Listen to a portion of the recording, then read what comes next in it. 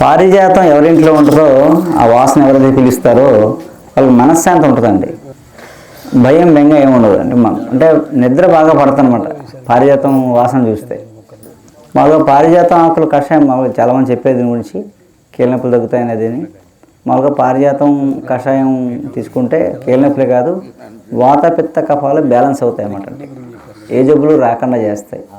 ఇది కూడా ఎండబెట్టి పొడి చేసి టీ పొడిలో కలిపేసుకుని రోజు టీలో తాగేసాం అనుకోండి, టీ అలవాటు ఉన్న వాళ్ళు టీ లేకపోతే ఉట్టి ఆకు పొడి చేసి కొంచెం మరగబెట్టుకుని బెల్లం వేసి తాగారు అనుకోండి రోజుని, చాలా జబ్బులు రాకుండా ఉంటాయి అన్నమాట. ఉన్నాయి కూడా పోతాయి. ఆకులు ఆకులు పారిజాతం ఆకులు. ఓం నమో భగవతే మహాసుదర్శనాయ తన్మంతరయే సర్వభయ వినాశాయ త్రైలోక్యవతయే మహావిష్ణు స్వరూప శ్రీ శ్రీ శ్రీ ఔషధ చక్ర నారాయణాయ స్వాహా. ఇది కూడా మీరు అందరూ ఎక్కడ పడితే చూసుంటారు మీ ఇళ్ళల్లో. చిన్న మట్టి కొండపిండి ఆకు. కొండపిండి అంటే కొండనైనా పిండి చేయగలదని అర్థం. తెలగపిండి అని ఎందుకంటారంటే ఈ పువ్వు తెలగపిండిలా ఉంటుంది, అందుకని తెలపిండి ఆకు అంటారు. మామూలుగా కొండపిండి. దీని సంస్కృతం పేరు ఏంటంటే పాషాణభేది. పాషాణభేది అంటే రాయిని ఛేదించేది అని అర్థం. కిడ్నీ స్టోన్స్ మొత్తం బూడిద వెళ్ళిపోతాయి, నీళ్ళల్లా కరిగి వెళ్ళిపోతాయి అన్నమాట. ఈ రసం కిడ్నీ స్టోన్స్ ఉన్న వాళ్ళు తాగితే. ఇంతకుముందు విగ్రహాలు కృష్ణశిలని అలాంటి కఠినమైన రాళ్ళని శిల్పులు చెక్కేటప్పుడు ఆ రాయిని చెక్కడానికి అంత అద్భుతంగా చూసాం. మనం ఎల్లోరా కానీ శ్రీశైలం కానీ మనకు ఉన్నాయి కదా, ఇవన్నీ చాలా రాయిని అంత నైస్గా ఎలా చెక్కారు అనుకుంటాం మనం. అలా చెక్కేటప్పుడు ఈ రసంలో రాత్రి ఆ రసం పూసి పొద్దుటే ఉలితే ఇలా గోకేశ్వరం ఉంటుంది, మెత్తగా రాయి అంత మెత్తగా అయిపోయింది అనమాట అండి. తర్వాత ఇంకో రసం పోతే మళ్ళీ యథాస్థితికి వచ్చేసేది. అలాంటి టెక్నిక్స్ బోల్డ్ ఉండే వాళ్ళ దగ్గర. ఇప్పుడు మనం శిలలు చెక్కలేం కానీ మనకున్న శిలలను బయటకు పంపించేస్తే సరిపోదు.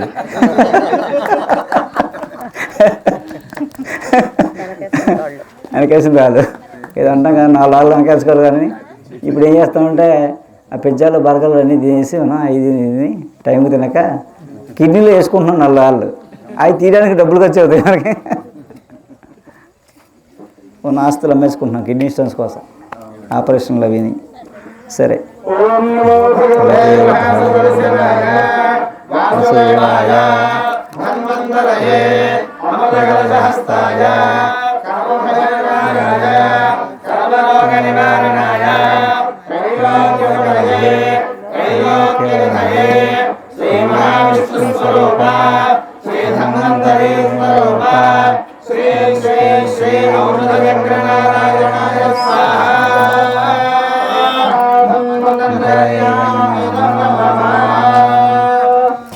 ఇది ఆముదం, చిట్టి ఆముదం, బండి ఆముదం అని పెద్ద చెట్లు ఉన్నది అడవి ఆముదం, చిన్న చెట్లు చిట్టి ఆముదం. ఆముదం గింజలు మనం వంట ఆముదం అంటే ఆముదం గింజలని 2 కేజీలు ఆముదం గింజలు మెత్తగా చెదకొట్టి కచ్చాపిచ్చా చెదకొట్టేసి 5-6 లీటర్లు నీళ్ళు పోసేసి మరగబెడితే మరిగి అలా వండితే వచ్చేది వంట ఆముదం అనమాట అండి. అలా తీసుకున్న ఆముదం మన ఇళ్ళలో ఉంచుకొని మనం 15 రోజులకు ఒకసారి తాగేవాళ్ళం విరోచనం చేసుకోవడానికి. ఆముదం తాగడం వల్ల ఏంటంటే 15 రోజులకు ఒకసారైనా మనం ఆముదం తాగాలి. ఇప్పుడు డాక్టర్లు తాగనేవారు, పిల్లలకు పెట్టేవాళ్ళం కాబట్టి వాళ్ళకి ప్రాబ్లమ్స్ ఉండేవి కాదు. అలా ఏంటంటే ఆముదం అలా ఒకటి. ఆముదం ఆకు ఏదైనా వాచి నొప్పి వచ్చిందనుకోండి, కొంచెం నూనె రాసి వేడి చేసి ఎక్సైజ్ కడితే సెగ్గట్లు పగిలిపోతాయి, నొప్పులు వాపులు పోయి అనమాట.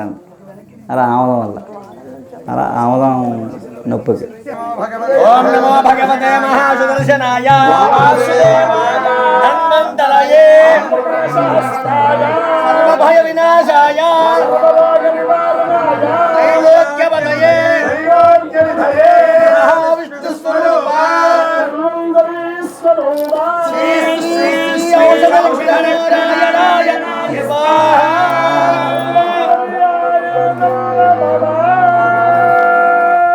నా పేరు శ్రీలక్ష్మి. నేను వైజాగ్ నుంచి వచ్చాను. యాక్చువల్గా నాకు 2019లో క్యాన్సర్ వచ్చింది, బ్రెస్ట్ క్యాన్సరు. అప్పటికి నాకు డాక్టర్ గారు పరిచయం లేదు. 2019 మొత్తం కరోనా టైం వరకు నాకు ట్రీట్మెంట్ అయ్యింది, వేరే హాస్పిటల్లో అలోపతి అయ్యింది. తర్వాత పోస్ట్ క్యాన్సర్ ఎఫెక్ట్స్ వస్తుంటే క్యాన్సర్ తర్వాత ట్రీట్మెంట్ అయిపోయిన తర్వాత వచ్చే ఎఫెక్ట్స్కి నేను డాక్టర్ గారి దగ్గరికి నాకు అప్పుడు ఒకళ్ళ ద్వారా తెలిసి నేను వచ్చాను. వచ్చిన తర్వాత నేను ఒక 6 months డాక్టర్ గారి మందులే వాడాను. మోకాళ్ళ నొప్పుల దగ్గర నుంచి అన్ని బోలెడ్ సైడ్ ఎఫెక్ట్స్ అండి. నిలబడలేకపోయేదాన్ని, ఆయాసం కూడా వస్తుండేది నాకు. నేను 6 నెలలు వాడాను డాక్టర్ గారి మందులు. అంతా క్యూర్ అయింది నాకు. ఇప్పుడైతే ఏ ప్రాబ్లం లేదు. నేను డాక్టర్ గారి దగ్గరికి ఇప్పుడు ఎందుకు వస్తానంటే ఊరక నేచర్ క్యాంప్కి ఎంజాయ్ చేయడానికి మాత్రమే ఇప్పుడు వస్తున్నాను. నేను నన్ను చూడండి, బాగున్నాను కదా ఇప్పుడు నేను. అది